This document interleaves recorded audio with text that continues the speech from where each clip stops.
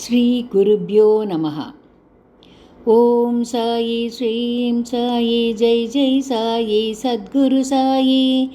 ಓಂ ಸಾಯಿ ಶ್ರೀಂ ಸಾಯಿ ಜೈ ಜೈ ಸಾಯಿ ಸದ್ಗುರು ಸಾಯಿ.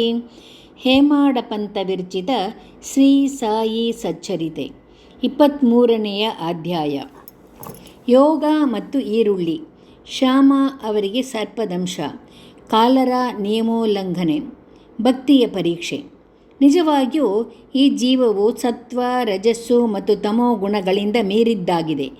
ಆದರೆ ಮಾಯೆ ಎಂಬ ಭ್ರಮೆಗೆ ಸಿಕ್ಕಿ ತನ್ನ ಸ್ವಭಾವವನ್ನು ಮರೆತು ದೇಹವೇ ಮುಖ್ಯ, ತಾನೇ ಕರ್ತೃ, ತಾನೇ ಸುಖಿ ಎಂದು ಭಾವಿಸಿ ಪ್ರಪಂಚದ ವಿಪತ್ತಿನಲ್ಲಿ ಸಿಲುಕಿ ಮುಕ್ತಿ ಮಾರ್ಗವನ್ನು ಅರಿಯಲಾಗದೇ ಹೋಗುತ್ತಾನೆ ಈ ಮಾನವ. ಗುರುಚರಣಕ್ಕೆ ಪ್ರೀತಿ ಮತ್ತು ಭಕ್ತಿಗಳಿಂದ ನಮಿಸುವುದೊಂದೇ ಮುಕ್ತಿಯ ಮೂಲ ಸಾಧನ.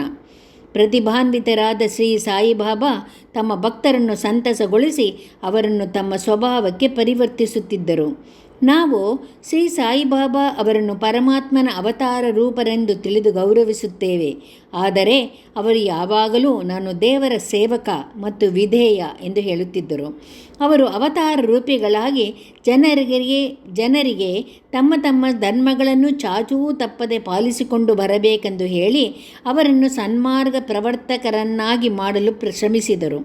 ಅವರು ಯಾರೊಡನೆಯೂ ಪೈಪೋಟಿ ಮಾಡುತ್ತಿರಲಿಲ್ಲ ಮತ್ತು ಯಾರನ್ನೂ ನಿಂದಿಸುತ್ತಿರಲಿಲ್ಲ. ಸಕಲ ಚರಾಚರಗಳಲ್ಲಿ ಪರಮಾತ್ಮನನ್ನು ಕಂಡ ಅವರಲ್ಲಿ ವಿನಯ, ನಮ್ರತೆಗಳು ಇದ್ದವು. ಮೂಢರನ್ನು, ಅಧರ್ಮಿಗಳನ್ನು ಸರಿಯಾದ ಹಾದಿಗೆ ತರಲೋಸುಗ ಮತ್ತು ಧರ್ಮವನ್ನು ಪ್ರತಿಷ್ಠಾಪಿಸಲೋಸುಗ ಸಂತರು ಅವತಾರ ತಾಳುತ್ತಾರೆ ಎಂಬುದು ನಮಗೆ ತಿಳಿದ ವಿಷಯ. ನಾವು ಪೂರ್ವಜನ್ಮದಲ್ಲಿ ಸುಕೃತ ಮಾಡಿದ್ದರೆ ಮಾತ್ರ ಅಂತಹ ಸಂತರ ಸಂಪರ್ಕ ಲಭಿಸುವುದು. ಯೋಗ ಮತ್ತು ಈರುಳ್ಳಿ. ಒಂದು ಸಾರಿ ಯೋಗ ಸಾಧಕರೊಬ್ಬರು ನಾನಾ ಸಾಹೇಬ ಚಾಂದೋಲಕರರ ಸಂಗಡ ಶಿರಡಿಗೆ ಬಂದರು. ಅವರು ಪತಂಜಲಿ ಮೊದಲಾದ ಯೋಗಶಾಸ್ತ್ರಗಳನ್ನು ಓದಿದ್ದರೇ ಹೊರತು ಅವರಿಗೆ ಪ್ರಾಯೋಗಿಕ ಪರಿಶ್ರಮವಿರಲಿಲ್ಲ. ತಮ್ಮ ಮನಸ್ಸನ್ನು ಕೇಂದ್ರೀಕರಿಸಿ ಒಂದು ಕ್ಷಣಕಾಲವಾದರೂ ಸಮಾಧಿ ಸ್ಥಿತಿಯಲ್ಲಿ ಇಡಲಾಗುತ್ತಿರಲಿಲ್ಲ. ಸಾಯಿಬಾಬಾರವರ ಕೃಪೆಯಾದರೆ ದೀರ್ಘಕಾಲ ಸಮಾಧಿ ಸ್ಥಿತಿಯಲ್ಲಿ ಇರಬಹುದೆಂದು ಭಾವಿಸಿ ಶಿರಡಿಗೆ ಬಂದು ಮಸೀದಿಯನ್ನು ಅವರು ಪ್ರವೇಶಿಸಿದರು. ಆಗ ಈರುಳ್ಳಿಯನ್ನು ತಿನ್ನುತ್ತಿದ್ದ ಬಾಬಾ ಅವರನ್ನು ಕಂಡ ಕೂಡಲೇ ಅವರ ಮನಸ್ಸಿನಲ್ಲಿ ಒಣಗಿದ ರೊಟ್ಟಿ ಮತ್ತು ಈರುಳ್ಳಿ ತಿನ್ನುವ ಫಕೀರನಿಂದ ನನಗೇನು ಪ್ರಯೋಜನ ಎಂದುಕೊಂಡರು.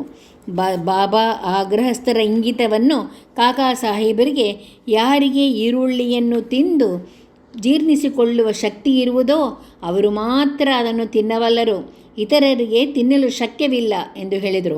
ಈ ಮಾತುಗಳನ್ನು ಕೇಳಿದ ಸಾಧಕರಿಗೆ ಆಶ್ಚರ್ಯವಾಯಿತು. ಬಾಬಾರವರ ಪಾದಗಳಿಗೆ ಎರಗಿ ಶರಣು ಹೊಂದಿದರು.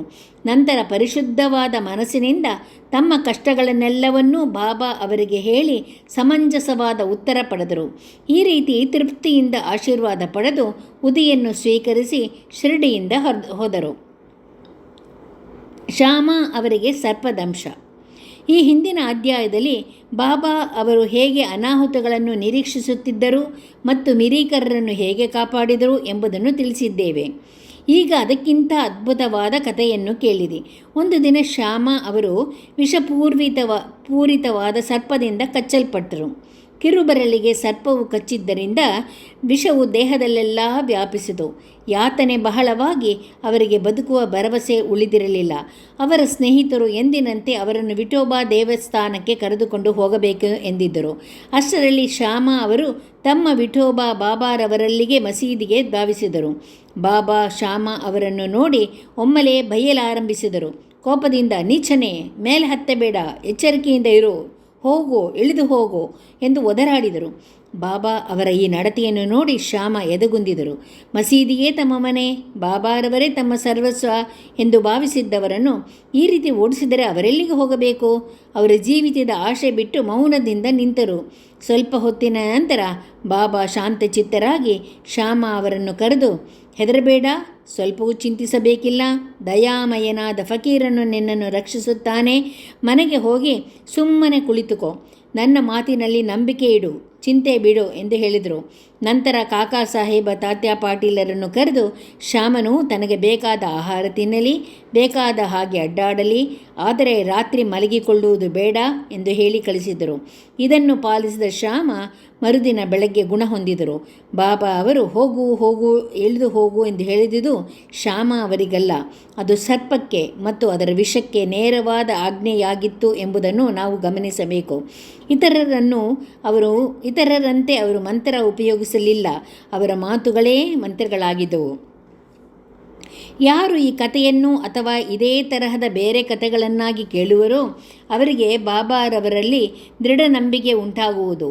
ಈ ಮಾಯೆ ಎಂಬ ಸಂಸಾರ ಸಾಗರವನ್ನು ದಾಟಲು ಸುಲಭವಾದ ಸಾಧನವೆಂದರೆ ಸಾಯಿಬಾಬಾರವರ ನಾಮಸ್ಮರಣೆ. ಕಾಲರ ನಿಯಮೋಲ್ಲಂಘನೆ. ಒಂದು ಸಾರಿ ಕಾಲರ ಅಂಟುಜಾಡ್ಯವು ಶಿರ್ಡಿಯಲ್ಲಿ ಕಾಳ್ಗಿಚ್ಚಿನಂತೆ ಹಬ್ಬಿತು. ಗ್ರಾಮವಾಸಿಗಳು ಶಿರ್ಡಿ ಮತ್ತಿತರ ಅಕ್ಕಪಕ್ಕದ ಊರುಗಳ ನಡುವೆ ಇದ್ದ ಸಾರಿಗೆ ಸಂಪರ್ಕಗಳನ್ನು ಕಡಿದು ಹಾಕಿದರು. ಊರಿನವರೆಲ್ಲ ಸೇರಿ ಕಾಲರ ತಡೆಗಟ್ಟಲು ಯಾವ ಸೌದೆ ಗಾಡಿಯೂ ಶಿರ್ಡಿಯೊಳಗೆ ಬರಬಾರದು ಮತ್ತು ಯಾರೂ ಪ್ರಾಣಿ ವಧೆ ಮಾಡಬಾರದು ಎಂಬ ನಿಯಮವನ್ನು ವಿಧಿಸಿ ಅವುಗಳನ್ನು ಮೀರಿ ನಡೆದವರಿಗೆ ದಂಡ ವಿಧಿಸಬೇಕೆಂದು ತೀರ್ಮಾನಿಸಿದರು. ಬಾಬಾ ಜನರ ಈ ಮೂಢನಂಬಿಕೆಯನ್ನು ಅರಿತು ಅವುಗಳನ್ನು ಗಮನಿಸಲೇ ಇಲ್ಲ.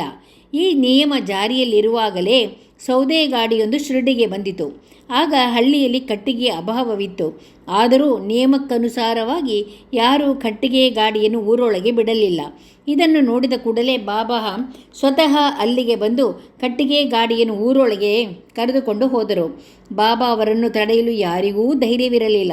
ದುನಿಗೆ ಕಟ್ಟಿಗೆ ಬೇಕಾದ್ದರಿಂದ ಎಲ್ಲ ಕಟ್ಟಿಗೆಯನ್ನು ಅವರೇ ಕೊಂಡುಕೊಂಡರು. ಬಾಬಾ ಹಗಲಿರುಳು ದುನಿಯನ್ನು ಉರಿಸುತ್ತಲೇ ಇದ್ದರು. ಆದುದರಿಂದ ಅವರು ಕಟ್ಟಿಗೆಯನ್ನು ಶೇಖರಿಸಿಡುತ್ತಿದ್ದರು. ಬಾಬಾರವರ ಮಸೀದಿಗೆ ಯಾರು ಬೇಕಾದರೂ ಬರಬಹುದಾಗಿತ್ತು. ಅವರು ಬಾಗಿಲನ್ನಾಗಲಿ ಬೀಗವನ್ನಾಗಲಿ ಹಾಕುತ್ತಿರಲಿಲ್ಲ. ಕೆಲವು ಬಡವರು ತಮಗೆ ಬೇಕಾದಾಗ ಮಸೀದಿಯಿಂದ ಕಟ್ಟಿಗೆ ತೆಗೆದುಕೊಂಡು ಹೋಗುತ್ತಿದ್ದರು. ಅದಕ್ಕೆ ಬಾಬಾ ಎಂದೂ ಬೇಡ ಎನ್ನುತ್ತಿರಲಿಲ್ಲ. ಪ್ರಪಂಚದಲ್ಲೆಲ್ಲ ಪರಮಾತ್ಮ ವ್ಯಾಪಿಸಿರುತ್ತಾನೆ ಎಂಬುದನ್ನು ಅವರು ಮನಗಂಡಿದ್ದರು. ಯಾರಲ್ಲಿಯೂ ದ್ವೇಷ ಬೆಳೆಸುತ್ತಿರಲಿಲ್ಲ. ಬಾಬಾ ವಿರಕ್ತರಾಗಿದ್ದರೂ ಸಾಮಾನ್ಯ ಜನರಂತೆ ಎಲ್ಲರೊಡನೆ ಕಲಿತು ಅವರ ಮಾರ್ಗದರ್ಶಕರಾಗಿದ್ದರು. ಭಕ್ತಿಯ ಪರೀಕ್ಷೆ. ಬಾಬಾ ಎರಡನೇ ನಿಯಮವನ್ನು ಹೇಗೆ ಮುರಿದರೆಂಬುದನ್ನು ಈಗ ನೋಡೋಣ. ಈ ನಿಯಮ ಜಾರಿಯಲ್ಲಿರುವಾಗಲೇ ಯಾರೋ ಒಬ್ಬರು ಮಸೀದಿ ಹತ್ತಿರ ಒಂದು ಆಡನ್ನು ಹೊಡೆದುಕೊಂಡು ಹೋಗುತ್ತಿದ್ದರು. ಅದು ಬಹಳ ಕೃಶವಾಗಿ ಮರಣಾವಸ್ಥೆಯಲ್ಲಿ ಇತ್ತು. ಆ ಸಮಯದಲ್ಲಿ ಮಾಲೇಗಾಂವ್ನಿಂದ ಪೀರ್ ಅಹಮದ್ ಬಡೇ ಬಾಬಾ ಅವರು ಅಲ್ಲಿದ್ದರು. ಬಾಬಾ ಆ ಆಡನ್ನು ಒಂದೇ ಏಟಿಗೆ ಕಡಿದು ಕೊಲ್ಲಬೇಕೆಂದು ಅವರಿಗೆ ಹೇಳಿದರು. ಬಡೇ ಬಾಬಾ ಸಾಯಿಬಾಬಾರವರಲ್ಲಿ ಬಹಳ ಗೌರವವನ್ನಿಟ್ಟಿದ್ದರು. ಅವರು ಯಾವಾಗಲೂ ಬಾಬಾ ಅವರ ಬಲಗಡೆಗೆ ಕುಳಿತಿರುತ್ತಿದ್ದರು. ಬಡೇ ಬಾಬಾ ಹುಕ್ಕ ಸೇರಿದ ನಂತರವೇ ಅದನ್ನು ಬಾಬಾ ಸೇದುತ್ತಿದ್ದರು. ಮಧ್ಯಾಹ್ನದ ಊಟದ ಸಮಯದಲ್ಲಿ ಎಲೆ ಬಡಿಸಿದ ನಂತರ ಬಾಬಾ ಅವರು ಬಡೇ ಬಾಬಾ ಅವರನ್ನು ಕರೆದು ಪಕ್ಕದಲ್ಲಿ ಕೂಡಿರಿಸಿಕೊಂಡು ಊಟ ಮಾಡುತ್ತಿದ್ದರು. ಬಾಬಾ ತಾವು ಪಡೆದ ದಕ್ಷಿಣೆಯಿಂದ ಪ್ರತಿದಿನವೂ ಅವರಿಗೆ 50 ರೂಪಾಯಿಗಳನ್ನು ಕೊಡುತ್ತಿದ್ದರು. ಬಡೇ ಬಾಬಾ ಮಸೀದಿಯಿಂದ ಹೊರಡುವಾಗ ಸ್ವಲ್ಪ ದೂರ ಅವರನ್ನು ಹಿಂಬಾಲಿಸಿ ಹೋಗಿ ಬೀಳ್ಕೊಳ್ಳುತ್ತಿದ್ದರು. ಅವರ ಮೇಲೆ ಅಷ್ಟೊಂದು ಬಾಬಾರವರ ಪ್ರೀತಿ, ವಿಶ್ವಾಸ ಮತ್ತು ಆದರ. ಬಾಬಾ ಅವರನ್ನು ಆಡನ್ನು ವಧಿಸು ಎಂದು ಹೇಳಿದುದನ್ನು ಕೇಳಿ ಅವರು ಕಾರಣವಿಲ್ಲದೆ ಅದನ್ನೇಕೆ ವಧಿಸಬೇಕು ಎಂದು ಹೇಳಿ ನಿರಾಕರಿಸಿದರು. ನಂತರ ಬಾಬಾ ಶ್ಯಾಮ ಅವರನ್ನು ಆಜ್ಞಾಪಿಸಿದರು. ಶ್ಯಾಮ ಕೂಡಲೇ ರಾಧಾಕೃಷ್ಣ ಮಾಯಿ ಬಳಿಗೆ ಹೋಗಿ ಚೂರಿಯನ್ನು ತಂದು ಬಾಬಾ ಅವರ ಮುಂದಿಟ್ಟರು. ರಾಧಾಕೃಷ್ಣ ಮಾಯಿಗೆ ಸಮಾಚಾರ ತಿಳಿಯಿತು. ಆದುದರಿಂದ ಅವರು ಶ್ಯಾಮ ಅವರನ್ನು ಕರೆದು ಚೂರಿಯನ್ನು ಮರಳಿ ಕೊಡುವಂತೆ ಹೇಳಿದಳು. ಶ್ಯಾಮ ಬೇರೆ ಚೂರಿಯನ್ನು ತೆಗೆದುಕೊಂಡು ಬರುವೆನೆಂದು ಹೇಳಿ ಹೊರಟು ಹೋಗಿ ಹಿಂತಿರುಗಲೇ ಇಲ್ಲ.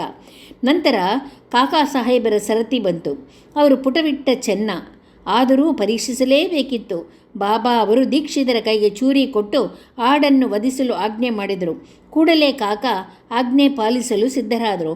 ಕಾಕಾ ಸಾಹೇಬ ಶುದ್ಧ ಬ್ರಾಹ್ಮಣರು. ಪ್ರಾಣಿವಧೆ ಅವರಿಂದ ಕನಸಿನಲ್ಲಿಯೂ ಆಗದ ಮಾತು. ಹಿಂಸಾತ್ಮಕ ವಿಚಾರಗಳಿಗೆ ಹಿಂಜರಿಯುತ್ತಿದ್ದ ಅವರು ಆಡನ್ನು ವಧಿಸಲು ನಿಶ್ಚಯ ಮಾಡಿದರು. ಅಲ್ಲಿದ್ದವರೆಲ್ಲರೂ ಮಹಮ್ಮದೀಯರಾದ ಬಡೇ ಬಾಬಾರವರೇ ಸಮ್ಮತಿಸಲಿಲ್ಲ. ಈ ಅಂಜುಬುರುಕ ಬ್ರಾಹ್ಮಣ ಹೇಗೆ ಸಮ್ಮತಿಸಿದರೋ ಎಂದು ಅಚ್ಚರಿಗೊಂಡರು. ದೋತರ ಏರಿಸಿ ಕೈಯನ್ನು ಮೇಲಕ್ಕೆತ್ತಿ ಬಾಬಾರವರ ಕೊನೆಯ ಆಜ್ಞೆಯನ್ನು ಕಾಕಾ ನಿರೀಕ್ಷಿಸುತ್ತಿದ್ದರು. ಆಗ ಬಾಬಾ, ಏನು ಯೋಚಿಸುತ್ತಿರುವೆ, ಕೊಲ್ಲು ಎಂದು ನುಡಿದರು. ಆಗ ಬಾಬಾ ತಕ್ಷಣ ಆಡಿಗೆ ಹೊಡೆಯುವುದರಲ್ಲಿ ಇದ್ದರು. ಕೂಡಲೇ ಬಾಬಾ, ನಿಲ್ಲು, ನೀನೆಷ್ಟು ಕಠಿಣ ಹೃದಯದವನೋ, ಅದನ್ನೇಕೆ ಕೊಲ್ಲುವೆ ಎಂದು ಅವರನ್ನು ತಡೆದರು. ಆಗ ಕಾಕಾ ಸಾಹೇಬರು ಚೂರಿಯನ್ನು ಕೆಳಗೆ ಇಟ್ಟು, ಬಾಬಾ, ನಿಮ್ಮ ಅಮೃತವಾಣಿಯೇ ನಮಗೆ ಶಾಸನ. ನಮಗೆ ಇತರ ನಿಯಮಗಳು ತಿಳಿದಿಲ್ಲ. ನಾವು ನಿಮ್ಮನ್ನು ನಂಬಿರುವೆವು. ಯಾವುದು ಹಿತಕರ, ಯಾವುದು ಅಹಿತಕರ ಎಂಬ ಬಗ್ಗೆ ನಮಗೆ ಪರಿವೇ ಇಲ್ಲ ಮತ್ತು ಅದನ್ನು ಚಿಂತಿಸುವ ಗೊಡವೆಯೂ ಸಹ ನಮಗಿಲ್ಲ. ಗುರುವಿನ ಆಜ್ಞೆಯಂತೆ ಚಾಚೂ ಚಪ್ಪದೆ ನಡೆದುಕೊಳ್ಳುವುದೇ ನಮ್ಮ ಧರ್ಮ ಎಂದರು. ಆಗ ಬಾಬಾ ತಾವೇ ಅದರ ಆಹುತಿಯನ್ನು ಮಾಡುವೆನೆಂದು ಹೇಳಿದರು. ಫಕೀರರು ತಂಗುವ ತಕಿಯಾ ಎಂಬ ಸ್ಥಳದಲ್ಲಿ ಅದರ ಆಹುತಿ ಮಾಡಬೇಕೆಂದು ಎಲ್ಲರೂ ನಿರ್ಧರಿಸಿದರು. ಆದರೆ ಅದು ಮಾರ್ಗದಲ್ಲಿಯೇ ಮರಣ ಹೊಂದಿತು. ಹೇಮಾಡ ಪಂತರು ಶಿಷ್ಯರನ್ನು ಈ ಕೆಳಕಂಡಂತೆ ವಿಂಗಡಿಸಿ ಈ ಅಧ್ಯಾಯವನ್ನು ಮುಗಿಸಿರುತ್ತಾರೆ. ಉತ್ತಮ, ಮಧ್ಯಮ ಮತ್ತು ಸಾಮಾನ್ಯ. ಗುರುವಿಗೆ ಏನು ಬೇಕು ಎಂಬುದನ್ನು ಅರಿತು ಅವರ ಆಜ್ಞೆಗೆ ಕಾಯದೆ ಅವರ ಸೇವೆ ಮಾಡುವವನು ಮೊದಲನೆಯ ವರ್ಗಕ್ಕೆ ಸೇರಿದವನು, ಉತ್ತಮ. ಅವರ ಆಜ್ಞೆಯನ್ನು ಪರಿಪಾಲಿಸುವುದು ಎರಡನೆಯ ವರ್ಗಕ್ಕೆ ಸೇರಿದವ, ಮಧ್ಯಮ. ಗುರುವಿನ ಆಜ್ಞೆಯನ್ನು ಪಾಲಿಸಿದವರು ಮತ್ತು ತಮ್ಮ ಕರ್ತವ್ಯವನ್ನು ಮುಂದೂಡುವವರು ಮೂರನೆಯ ವರ್ಗಕ್ಕೆ ಸೇರಿದವರು, ಸಾಮಾನ್ಯ. ಶಿಷ್ಯರಿಗೆ ಗುರುವಿನಲ್ಲಿ ದೃಢವಾದ ನಂಬಿಕೆ ಇರಬೇಕು. ಆಗ ಅವರು ತಾಳ್ಮೆಯಿಂದ ಆಧ್ಯಾತ್ಮಿಕ ಗುರಿಯನ್ನು ಮುಟ್ಟಲು ಸಾಧ್ಯವಾಗುವುದು. ಅವರಿಗೆ ಹಠಯೋಗ ಮತ್ತು ಇತರ ಯೋಗಾಧ್ಯಯನಗಳ ಅವಶ್ಯಕತೆ ಇರುವುದಿಲ್ಲ. ಇಂತಹ ಭಕ್ತರು ಬಹು ಶೀಘ್ರವಾಗಿ ಮುಕ್ತಿ ಮಾರ್ಗವನ್ನು ಕ್ರಮಿಸುವರು. ಮುಂದಿನ ಅಧ್ಯಾಯದಲ್ಲಿ ಬಾಬಾ ಅವರ ಹಾಸ್ಯ ಮತ್ತು ವಿನೋದವನ್ನು ನೋಡೋಣ. ಶ್ರೀ ಸಾಯಿ ಪ್ರಣಾಮ. 23ನೇ ಅಧ್ಯಾಯ ಸಂಪೂರ್ಣ.